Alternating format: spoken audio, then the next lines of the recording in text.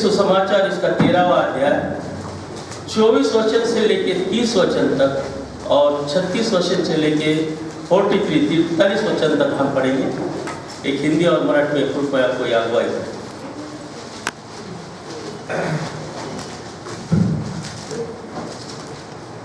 13, 24, 30 और 36 देखते।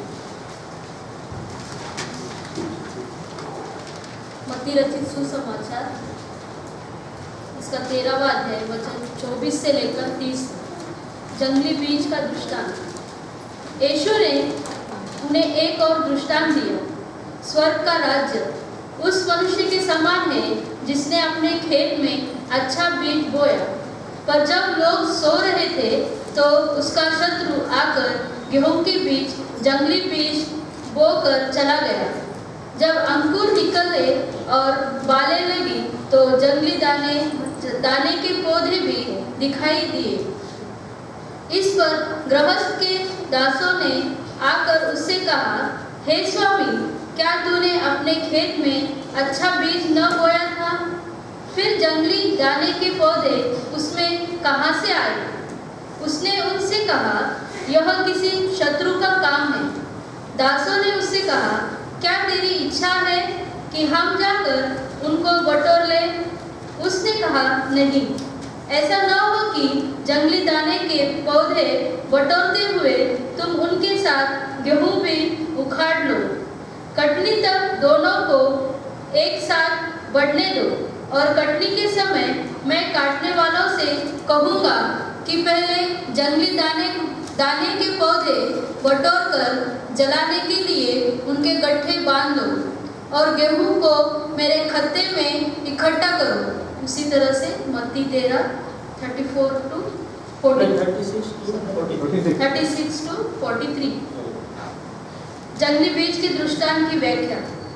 तब वह भीड़ को छोड़कर घर में आया और उसके चेलों ने उसके पास आकर कहा, खेत के जंगली दाने का दृष्टांत हमें समझा दे। उसने उनको उत्तर दिया, अच्छे बीज का बोने वाला मनुष्य का पुत्र है। खेत संसार है, अच्छा बीज राज्य की संतान और जंगली बीज दुष्ट की संतान है। जिस शत्रु ने उनको बोया वह शैतान है। कटनी जगत का अंत है और काटने वाला स्वर्गदूत है। अतः जैसे जंगली दाने बटोरे जाते और जलाए जाते हैं, वैसा ही जगत के अंत में होगा। मनुष्य का पुत्र अपने स्वर्गदूतों को भेजेगा और वे उसके राज्य में से सब ठोकर के कारणों को और कुकर्म करने वालों को इकट्ठा करेंगे और उन्हें आग के कुंड में डालेंगे, जहाँ रोना और दांत पीसना होगा। उस समय धर्मी अपने पिता के राज्य में सूर्य के समान चमकेंगे। जिसके कान हो वह सुन ले।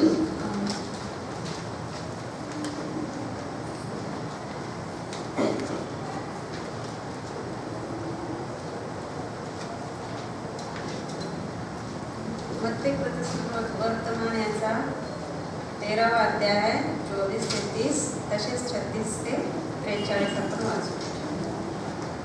निंदनाचा प्रश्न। त्याने त्याच्यापुढे दुसरा एक दाखला मांडला। कोणा एका मनुष्याने आपल्या शेतात चांगले पीक पेरले, त्याच्यासारखे स्वर्गाचे राज्य आहे। लोक झोपेत असताना त्याचा वैरी येऊन गव्हामध्ये निंदण पेरून गेला।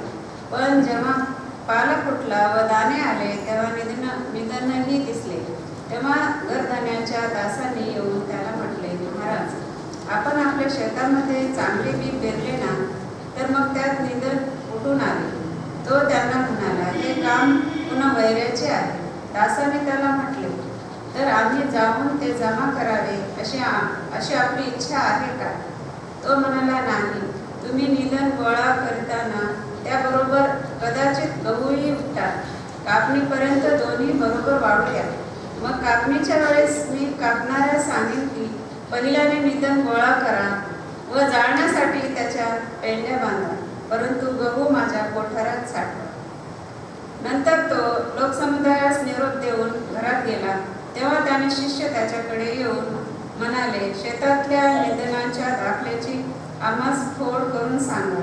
त्याने उत्तर दिले की चांगले बी पेरणारा हा मनुष्याचा पुत्र आहे, शेत हे जग आहे, चांगले बी हे राज्याचे पुत्र आहे, निंदन हे त्या दुष्टाचे पुत्र आहे. ते पेरणारा वैरी हा शैतान आहे, कापणी ही युगाची समाप्ती आहे आणि कापणारे हे देवदूत आहेत. तेव्हा जसे निधन गोळा करून अग्नी जाळतात तसे युगाच्या समाप्तीस होईल. मनुष्याचा पुत्र आपल्या दूतांना पाठवेल आणि ते सर्व अडखळविणाऱ्यांना व अनाचार करणाऱ्यांना त्यांच्या राज्यातून जमा करून त्यांना अग्नीच्या भट्टीत टाकतील. तेथे रडणे व दातखाने चालेल. तेव्हा नीतिमान आपल्या पित्याच्या राज्यात सूर्यासारखे प्रकाशतील. ज्याला कान आहे तो ऐकतो.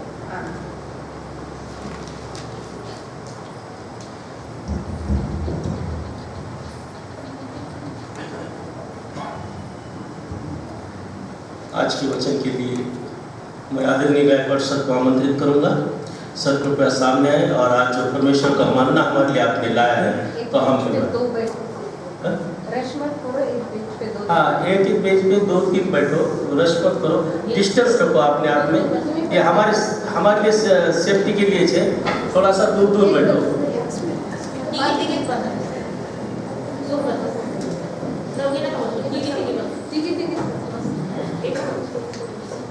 कल से जरा कोशिश करें 10 साल के जरा अपन बच्चे को नहीं लाएंगे तो अच्छा रहेगा कल से, क्योंकि लॉकडाउन का अनाउंसमेंट किया है, फिर भी अपन अपने आराधना चल रही इसलिए ले रहे हैं, और जब वो गवर्नमेंट की नोटिस आई तो बंद कर देना होगा, समझ में, इसलिए जरा अपन अपने प्रिकॉशंस लेकर बैठे। Thank you.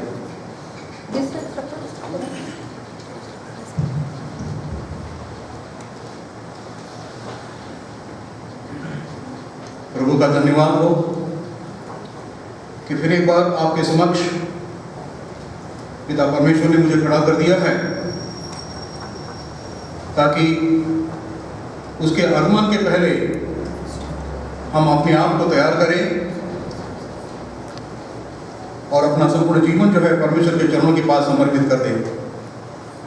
मैं अपना वचन सुनाने से पहले उसके स्तुति में एक गीत गाना चाहता हूँ। वकील साहब को विनती करना चाहूँगा कि कृपया आप थोड़ा साथ दें।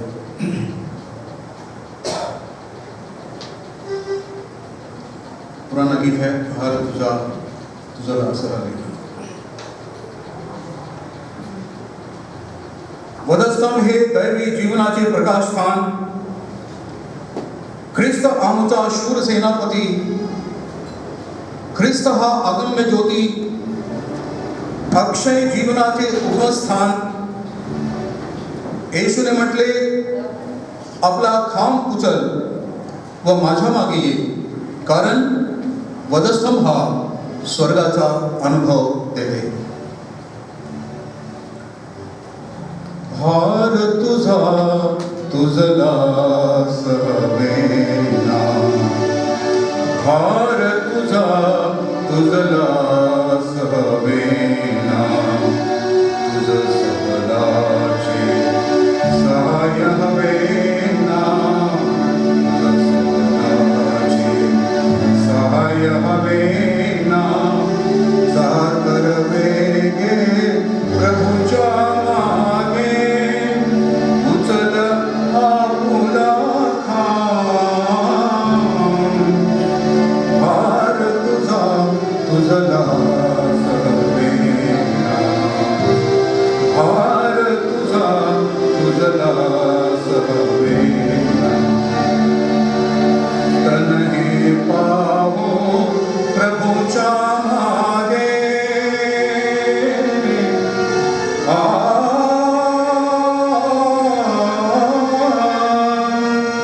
तन हे पावो प्रभूच्या मागे, बोलावी तो किती अनुरागे। पुष्कळ झाले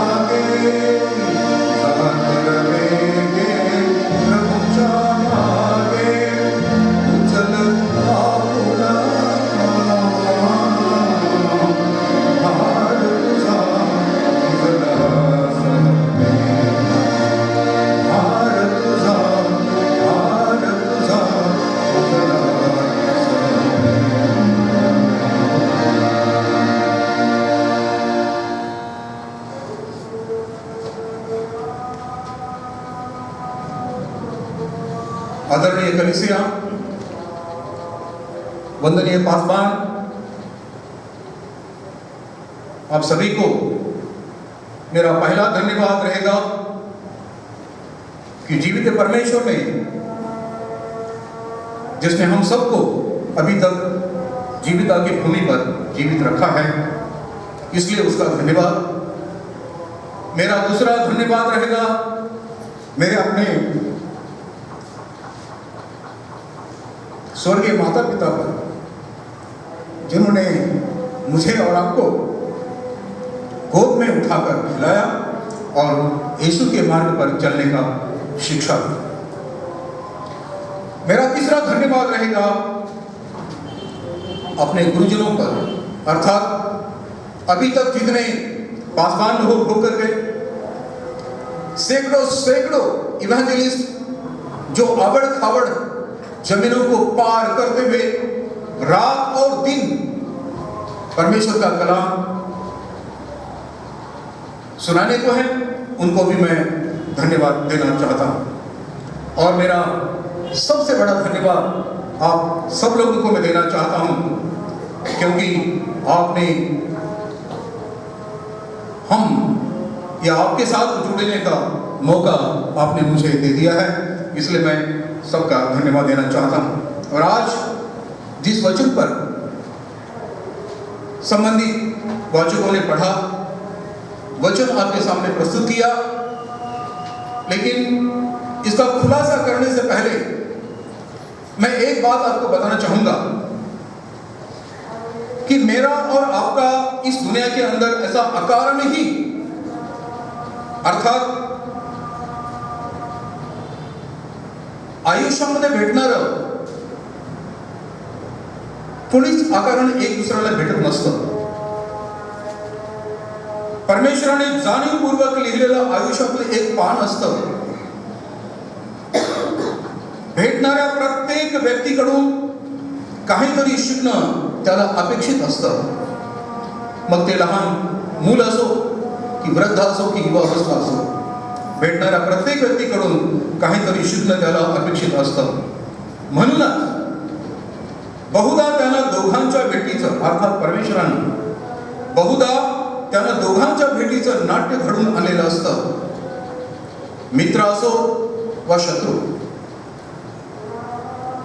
प्रत्येक जणू का एक पुस्तक असतं, तुमचा मित्र असो की शत्रू असो, प्रत्येक जण तुम्हा पुढे एक पुस्तक असा असतो।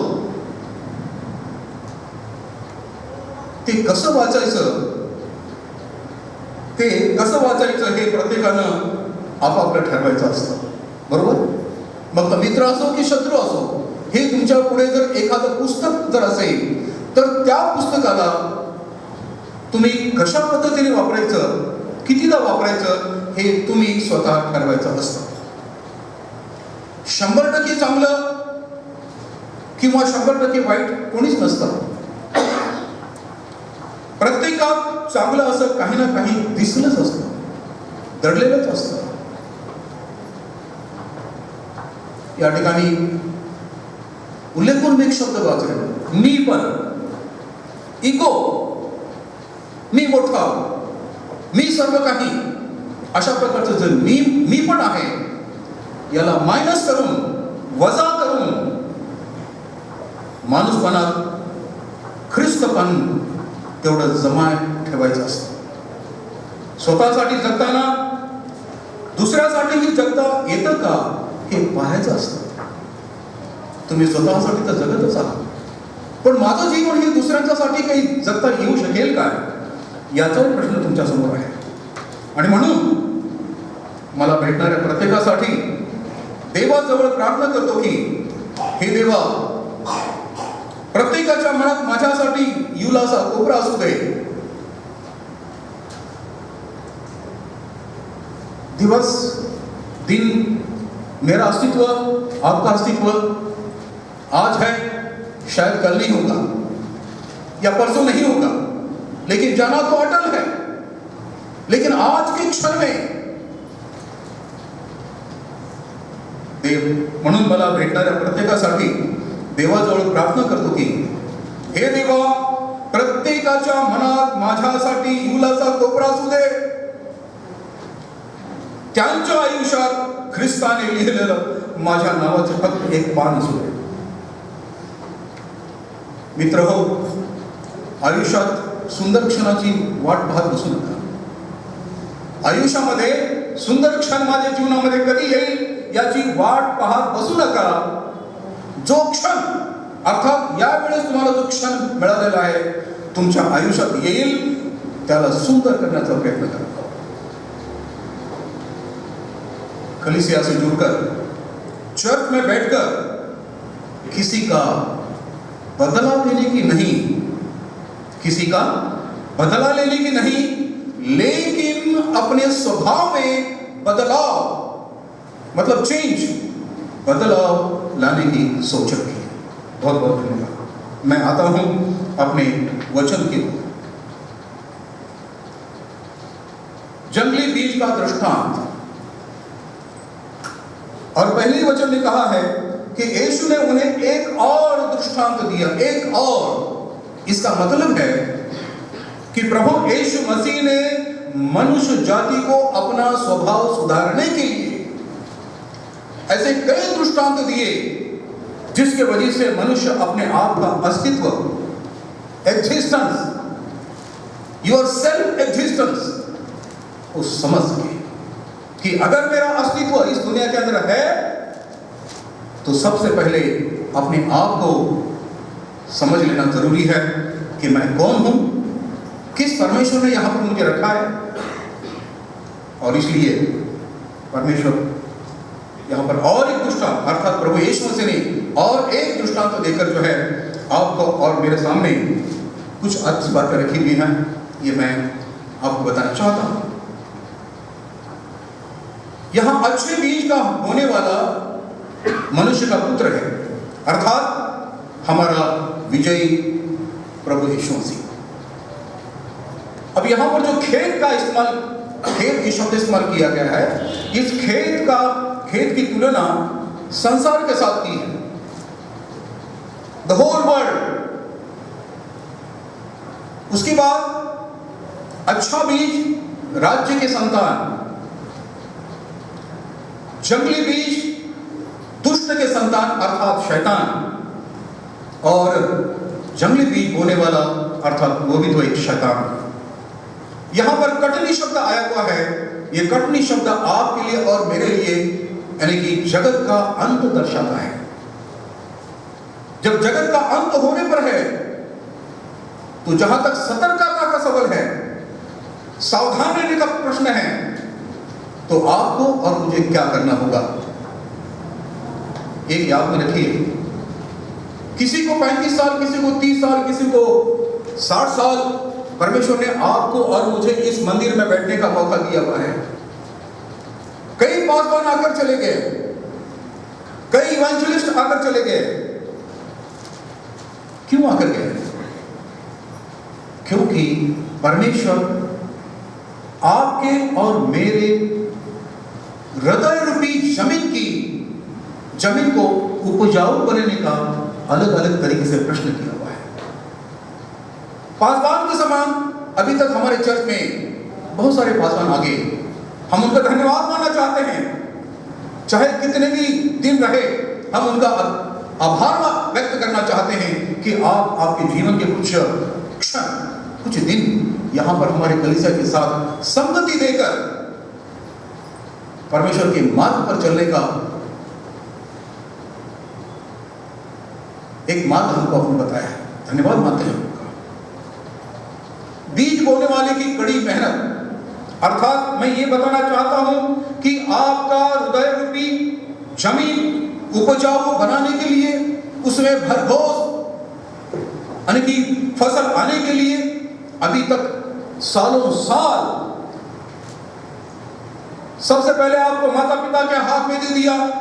जैसे आपकी समझ आ गई, संडे स्कूल में आ गया, स्कूल में चला गया, कॉलेज में चला गया, समाज के अलग अलग भिन्न भिन्न जितने भी वर्ग हैं उनके हवाले आपको किया, उनका संपर्क आपको दे दिया, इसलिए ताकि ये जो कलाम परमेश्वर ने यहाँ पर हमको दे दिया है उसके हिसाब से आपकी जीवन रूपी जो भूमि है वो उपजाऊ बन के रह गए, ज्यादा से ज्यादा फसल देने जैसी बन जाए, इसलिए परमेश्वर ने जो है भरकस मेहनत की है और अपने स्वर्गीय पिता के इच्छा अनुसार अपना संपूर्ण समर्पण करके विश्वासी जनों की हृदय रूपी जीवन जमीन उपजाऊ बनाई है। लोग जमीन को उपजाऊ बनाने के लिए खाद और पानी देते हैं, लेकिन प्रभु परमेश्वर ने जो है आपके लिए और मेरे लिए अपना संपूर्ण शरीर जो है उस सलीब पर छिन्न विच्छिन्न हो गया है और अपने शरीर का रक्त का एक एक लहू जो है आपके लिए और मेरे लिए दिया हुआ है। क्या ये बात आप इतनी सहज समझते हैं कि कोई आ गया और उस सलीब पर जो है बिल्कुल मर गया? इतनी सहज बात समझते हैं? और इसलिए तो आपको और मुझे इस संसार में परमेश्वर ने रखा है ताकि जो जीवित कलाम परमेश्वर ने आपको में दिया हुआ है उसके अंदर जो है अपनी संगति रखो। जो जीवित वचन है इस वचनों के माध्यम से अपने आप का जीवन जो है सुधारने का प्रयत्न करें। प्रश्न आता है, इस यहाँ पर लिखा गया है। एक बात मैं और कहना चाहूंगा कि ये 13वां अध्याय जब पढ़ेंगे तो वहां पर 2 बार एक शब्द आया हुआ है, जिसके कान हो वह सुने। 2 बार जो है इस दृष्टांत ने बिल्कुल आपको सतर्क किया है कि जिसके कान हो वो सुन ले। मैं आपको कहना चाहूंगा कि शत्रु को जंगली बीज को सही समय पर बोने की क्यों जरूरत पड़ी, जबकि इस खेत के स्वामी ने जो है अपना संपूर्ण खेत जो है बिल्कुल उपजाऊ बनाया, बीज बोया, सही समय पर शैतान ने जो है अपने जंगली बीज में उसके अंदर डाल दिए। क्या जरूरत थी? क्योंकि स्वामी और उसमें शुरू से दुश्मनी थी, अर्थात शत्रु या शैतान कभी भी पॉजिटिव नहीं रहेगा, लेकिन परमेश्वर के दास को हमेशा गलत रास्ते पर जाने की सलाह को देता है।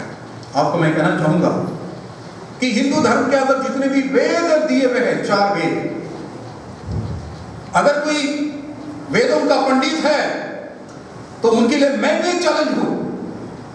और माननीय पंडित धर्म प्रकाश शर्मा कौन थे? ये इंदिरा गांधी के समय पर संपूर्ण भारत देश के कांग्रेस के महासचिव थे, ब्राह्मण परिवार से व्यक्ति,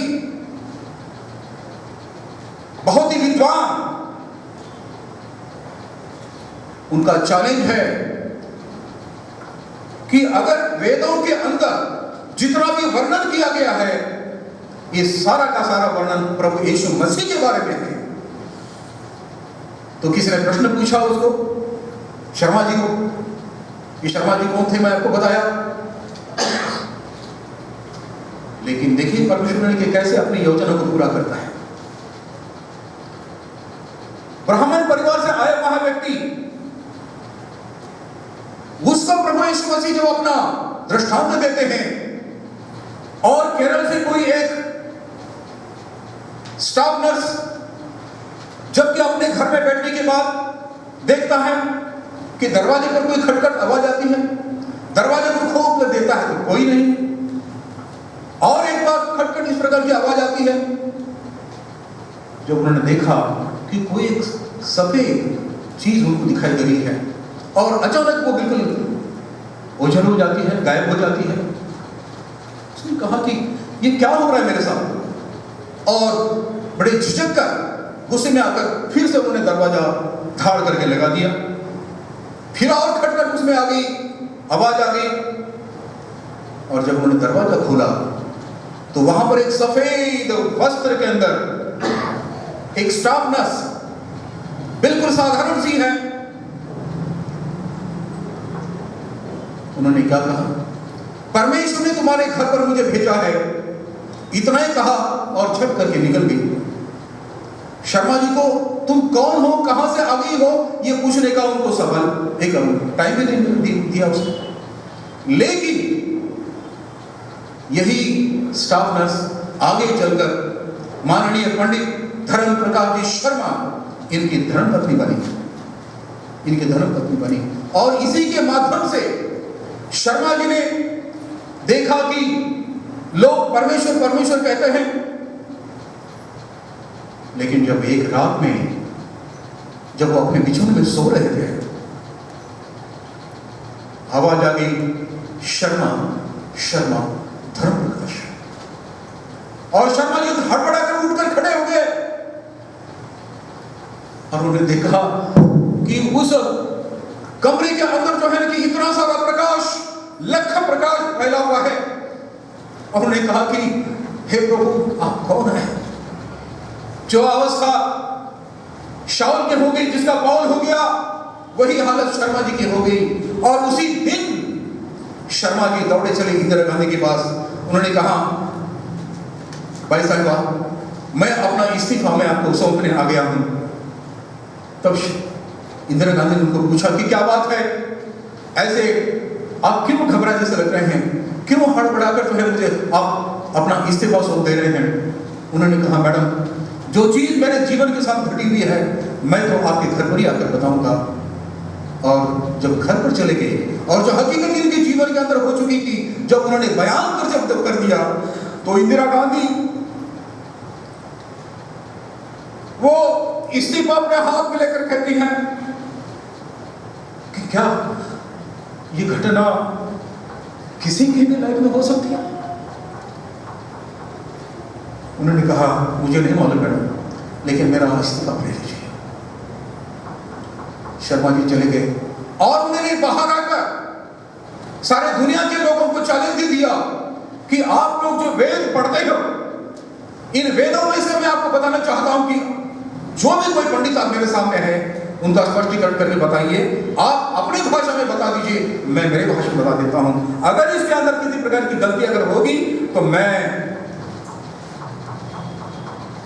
अपना जीवन आपके हवाले कर देता हूं। इसका मतलब यह है कि भारत के देशवासियों के लिए जो वेद, जो लोग अपने आप को हिंदू समझते हैं, जो वेद उनके लिए दिए गए हैं, इस वेदों के अंदर भी जीवित प्रभु यीशु मसीह का ही जिक्र किया गया है।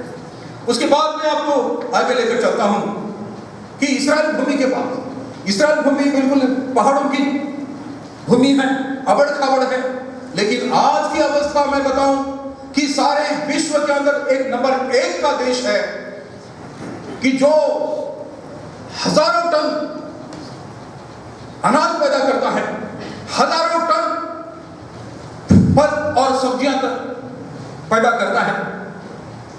यही वो देश है जिसको परमेश्वर ने अपने दृष्टि में रखा। बोलने का मेरा मतलब है कि परमेश्वर का या परमेश्वर का श्रेष्ठत्व, परमेश्वर की महानता अगर हमको देखना है तो परमेश्वर ने दिए हुए जो वचन है उस वचन के साथ जाना पड़ेगा। अब यहाँ पर अच्छे बीज और जंगली बीज दोनों का जिक्र किया गया है, संगति में आ गया है। जंगली बीज जो है यह अच्छे बीज के संगति में आया हुआ है। मैं एक उदाहरण आपको देना चाहूंगा। ये उदाहरण ऐसा है, संसार के अंदर बहुत सारे ऐसे लोग आते हैं, जैसे आप कहते हैं कि भाई लोहा अगर पारस के या परिस के साथ संबंध में अगर आता है तो लोहा बिल्कुल सोना बन जाता है। अगर कोई व्यक्ति निष्कलंक है, बुद्धिमान है, धार्मिक है, अगर ऐसे व्यक्ति के साथ में संगति में अगर कोई आ जाता है तो बुरा आदमी, गुंडा आदमी, छल विचल करने वाला झगड़ालू आदमी वो भी सुधर जाता है। उसी प्रकार अगर कोई गुंडा व्यक्ति, स्वार्थी व्यक्ति अगर कोई अच्छे व्यक्ति के साथ में आकर आ जाता है, मतलब अच्छे का बुरा होता है, बुरा का अच्छा भी होता है। आप जानते हैं कि बारिश के बूंद जब हाथ में जब पड़ जाते हैं तो ये पानी जो होता है आपको पीने के लायक होता है। यही पानी अगर शिपले में गिर जाता है तो मोती बन जाता है। यही बारिश का बूंद अगर कमल के पत्तों पर गिर जाता है तो मोती के समान चमक देता है। लेकिन यही बारिश का बूंद अगर किसी गटार में गिर जाए तो क्या उसका कोई फायदा होगा? उसका कोई फायदा नहीं होगा, उसका कोई मूल्य नहीं रहेगा। इसका मतलब मेरा ये कहना है कि जब हम अपने पवित्र प्रभु यीशु मसीह की संगति में आ चुके हैं, उसने दिए हुए पवित्र वचनों के साथ अगर हम जुड़े हुए हैं, सालों साल से जुड़े हुए हैं, लेकिन क्या मेरे जीवन के अंदर जो गंदगी है, घमंडपन है, मीपन है, अहमपन है, कोई अपने एजुकेशन का घमंड करता है, कोई अपने प्रॉपर्टी और स्टेटस का घमंड करता है, बड़कपन और अमीरी का घमंड करता है कि हे मेरे मित्रों, हे मेरी बहनों, मैं आपको पूछना चाहता हूं कि इस प्रकार का ये जो बोझ है अकड़पन का अपने खाने पर लगकर कब तक आप चलते रहोगे? टूटना है आपको, छोड़ देना है इस गंदी चीजों को, और तभी प्रभु परमेश्वर कहेगा कि हाँ, कि जिसको मैंने इस जीवित की भूमि पर मैंने रखा है, उसने अपने जीवन का चीज बना दिया। प्रभु यीशु मसीह आपको बुला रहा है कि एक बोझ से थके और हे बोझ से थके लोगों, आप मेरे पास आ जाओ, मैं आपको विश्राम दूंगा। मित्रों, प्रभु की ये पुकार आपके लिए है और आप अच्छी तरह से समझ जाइए उसको। अच्छी गेहूं जब जमीन में बोया जाता है, जब उसकी बालें आ जाती हैं, तो अच्छा सा गेहूं उसके अंदर ठूस ठूस कर भरा रहता है। लेकिन जब हवा चलती है तो उस समय ये गेहूं की बालें जो होती है झुक जाती है, लेकिन जंगली बीज जो होता है उसकी जो बालें होती है वो अकड़ कर जैसे कि वैसे खड़े रह जाती है। चाहे हवा आ जाए, चाहे बारिश आ जाए, इनका अकड़पन कभी जाता ही नहीं। लेकिन जो अच्छी बात होती है, जो अच्छी चीज होती है, ये झुक जाती है। झुकना इसका मतलब है कि तुम्हें इस संसार में जीते समय एक नम्रता आपके जीवन के अंदर हो जा रही अत्यंत आवश्यक है, क्योंकि यही वो नम्रता है और नम्रता यही विश्वासी जीवन का प्रतीक है। ये आपको मैं बताना चाहता हूं। अब मैं आता हूं कि जब गेहूं जंगली बीज से जब अलग किया जाता है तो उस वक्त अलग अलग विधि की जाती है, जैसे कि थ्रेशिंग का मतलब मराठी में त्याला मळण असं म्हणतो आपण। इस्राएल के अंदर गेहूं की जो थ्रेशिंग होती थी, अनेक लकड़ी का बड़ा लंबा तख्ता और उसको नीचे से नुकीले पत्थर लगा देते थे और ये लकड़ी जो है उस गेहूं के ऊपर रगड़ कर गेहूं को बाजू निकाला जाता है। अब मान लीजिए कि गेहूं का दाना बाहर आ गया, अब जाता है चक्की में, जहां दो पार्ट होती हैं, दोनों के बीच में ये गेहूं का दाना आ गया और जब चक्की में जब आ जाता है तो आटे के रूप में वो बाहर आ जाता है। अब मैं आ जाता हूं रोटी पकाने के प्रोसेस की तरफ। जब गेहूं का आटा जब बाहर निकाला जाता है तो उसको गूंदा जाता है। ऐसे ऐसे नहीं गूंदा जाता है, ऐसे ऐसे गूंदा जाता है। इसका मतलब संसार के अंदर जब आप जीवन व्यतीत कर रहे हो, उस समय ख्रिस्ती जीवन व्यतीत कर रहे हो, उस समय संसार की ओर से आपको कुछ जो मुख्य होते हैं ये भी आपको सहन करने पड़ते हैं, ये ध्यान रखना। और ये प्रभु यीशु मसीह ये जो मुख्य देते हैं ये जानबूझकर देते हैं ताकि मेरा बेटा मेरी बेटी अच्छी तरह से उस गेहूं के आटे के समान बिल्कुल नरम हो जाए, नम्र हो जाए। ठीक है, जब आटा तो गुंद हो गया, नरम हो गया, अब बारी आती है उसको आकार देने की। ऐसा तो नहीं होता है कि भारत के नक्शे के समान या दुनिया के नक्शे के समान जो है कोई लेडी अगर चपाती बनाती है तो खाने में भी क्या उतने मजा आएगा? नहीं, चपाती को एक विशेष प्रकार का आकार दिया जाता है। उसी प्रकार हमारे जीवन को आकार देने वाला सर्वश्रेष्ठ परमेश्वर अगर है तो वो जीवित प्रभु यीशु मसीह है। कब? जब आप आटे को प्रभु यीशु मसीह के हाथ में सौंप देंगे, समर्पित करेंगे। कहने का मेरा मतलब है कि आप अपनी बुद्धि से, किसी पासवान के वजह से, किसी बिशप की वजह से या किसी इवेंजलिस्ट की वजह से, इवन आपके माता पिता के द्वारा भी आपके जीवन को आकार नहीं दिया जाता। आकार देने वाला सर्वश्रेष्ठ अगर कोई व्यक्ति है तो त्रिवार सत्य देने वाला प्रभु यीशु मसीह है। ये अच्छी तरह से अपने दिमाग में पक्का ध्यान रखना। चाहे आपकी बेटी हो, चाहे बेटा हो। मैं खास करके और एक कहना चाहूंगा, जब आकार की बात आ जाती है तो जो पेरेंट्स हैं, जो माता पिता हैं, अपने बच्चों को यथा संभव अच्छा आकार देने की कोशिश करें।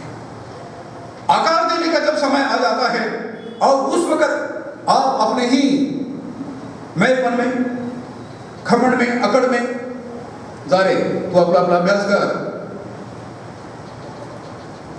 माझी बहीण घेऊ नको, आई म्हणते अरे मला स्वयंपाक करायचा आहे, आता तर बिलकुल ऑफिसमधून आले आणि कुठं तुझा ऑफिसचा अभ्यास वगैरे कुठे घेत बसू। समय है आपके हाथ में है। आकार देना है उस छोटे से बच्चे के जीवन को, क्योंकि वो आपके हाथ में एक आटे के समान आपको दिया गया है। सॉफ्ट जरूर है, लेकिन आपका अधिपत्व बन जाता है कि आप अच्छी तरह से उस व्यक्ति के जीवन को जिस आकार देते हैं। मेरा एक प्रश्न है आपको, जैसे कि थ्रेसिंग मैंने कहा, गेहूं को अलग करने का मैंने कहा, आटे की चक्की के अंदर जाने का कहा, बाहर आटे के रूप में आने का रहा, लेकिन मैं आपके लिए प्रश्न उपस्थित करना चाहता हूं कि आपकी अवस्था कहां पर है।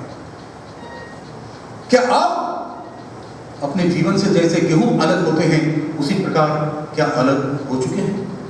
क्या अपने आप के जीवन को आकार देने के लिए क्या अपना संपूर्ण जीवन जो है प्रभु यीशु मसीह के हाथों में सौंप दिया है? अगर नहीं है तो सावधान, समय आज है, शायद कल नहीं होगा। अरे आप और मैं धन्य धन्य कहो उस परमेश्वर को कि इतने सारे बड़े संसार से आपको और मुझे उन्होंने अलग कर दिया है। आभार मानिए उसके, आइए अपने घुटनों पर और अपने आपके जीवन को उत्तम आकार देने की कोशिश करें। आखिरी का एक उदाहरण देकर मैं अपना संदेश आप खत्म करना चाहता हूं।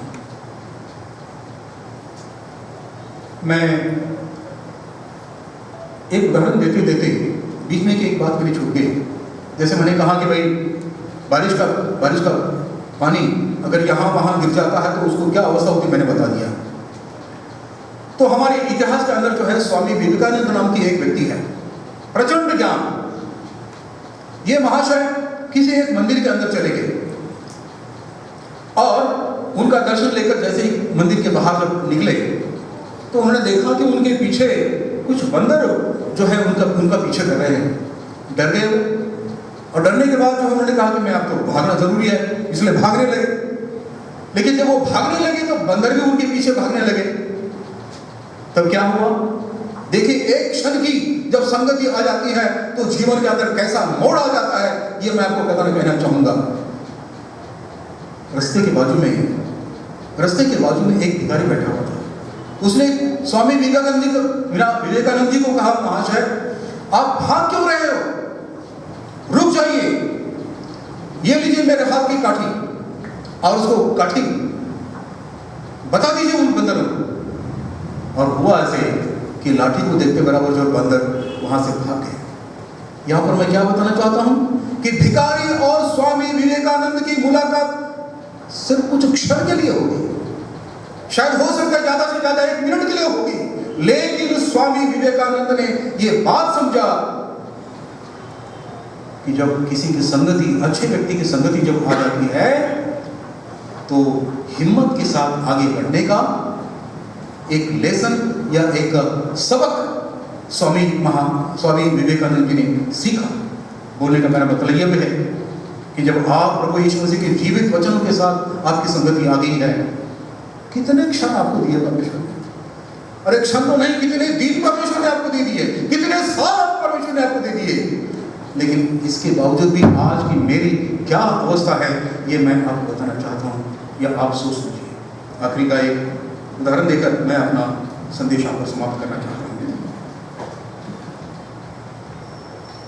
एक यात्री थे, वो यात्रा करते करते शाम का समय था, आगे और आगे बढ़ने लगा, और जैसे सूरज ढलने पर था तो इस महाशय ने देखा कि सामने से एक बहुत बड़ा सिंह, लायन जो है उनके सामने से आ रहा है। और जैसे उन्होंने लायन को देखा, सिंह को देखा, तो वो डर गए, इतना डर गया कि अब मैं कहाँ छुपूं, परेशान हो गया। लेकिन नजदीक एक पेड़ था, उसने कहा मैं इस पेड़ का ही सहारा लेकर मैं ऊपर चढ़ जाता हूं। महाशय ऊपर चढ़ गए। तब तक सिंह जो है बहुत नजदीक आ गया, लेकिन इतने में एक लोमड़ी, जिसको अपन उल्फ कहते हैं, उसी पेड़ के नीचे से जाने लगा, लेकिन उसके पांव के पिछले के जो पांव थे बहुत ही घायल थे, उंडेड़ थे, और ऐसी अवस्था थी कि वो आगे बेचारा आगे बढ़ नहीं पा रहा था, इतनी बुरी हालत उसकी थी। तब तक सिंह महाशय वहां पर आ गए। अब ऊपर रहने की जो यात्री बैठा हुआ था, अब उनकी हालत तो कैसी होगी तो आप भी समझ सकते हैं। लेकिन यात्री के ओर देखने से पहले सिंह ने उस लोमड़ी की तरफ देखा। उसने कहा अरे ये तो बहुत ही घायल हो चुका है, शायद इसको बहुत दिनों से इसको खाना नहीं मिला होगा। आते समय सिंह ने अपने मुंह के अंदर मांस का एक बहुत बड़ा टुकड़ा साथ में अपने मुंह में पकड़ा था। उसने कहा, उसके दिमाग में आ गया कि इसको लोमड़ी को जो है खाना नहीं मिला, तो अपने मुंह के जो मांस का जो टुकड़ा था उन्हें उस वुल्फ के सामने फेंक दिया। यात्री ने देखा कि अरे, जब परमेश्वर सिंह के रूप में आकर जो है इस वुल्फ की या उस लोमड़ी की अगर परवरिश करता है, उसकी अगर देखभाल करता है, तो मैं तो इंसान हूं। इतने में सिंह जो है चुपचाप वहां से निकल गया। ये महाशय नीचे उतर कर आ गए। उन्होंने कहा कि जबकि परमेश्वर जो है प्राणी मात्र की जो इतनी खिदमत जब कर रहे हैं, मैं तो इंसान हूं, तो अब आज से काम वगैरह करने की क्या जरूरत है। तब उन्होंने काम करना छोड़ दिया और किसी रास्ते के बाजू में बैठकर जो है कोई आकर जो है मुझे खाना देगा, इसकी कोशिश करने लगे, राह देखने लगे। अब भूख तो इतनी लग गई, कोई आकर तो मुझे इनको पूछ नहीं रहा। लेकिन आखिरी में एक संत महाराज वहां पर आ गए। उसने कहा कि अरे भाई, तू यहाँ पर क्यों सोया है, क्यों परेशान हो रहा है। फिर उसने पूरी कहानी जो है इस संत महाराज को कहा। उसने कहा, अरे बेवकूफ, तुमको परमेश्वर ने लोमड़ी नहीं बनाया, तुमको परमेश्वर ने सिंह बनाया हुआ है। जैसे अपने मुंह की मांस का टुकड़ा उसने लोमड़ी को दे दिया, उसी प्रकार परमेश्वर ने तुमको हाथ दिए हैं, मजबूत पांव दिए हैं, तुमको दूसरों के मुख में अनाज डालने वाला बनाया हुआ है। आज परमेश्वर ने आध्यात्मिक अन्न जो है सालों साल आपको खिला रहा है। क्या इस आध्यात्मिक दान को किसी के कान तक आपने पहुंचाने का यत्न किया है? परमेश्वर आपको आशीष दे।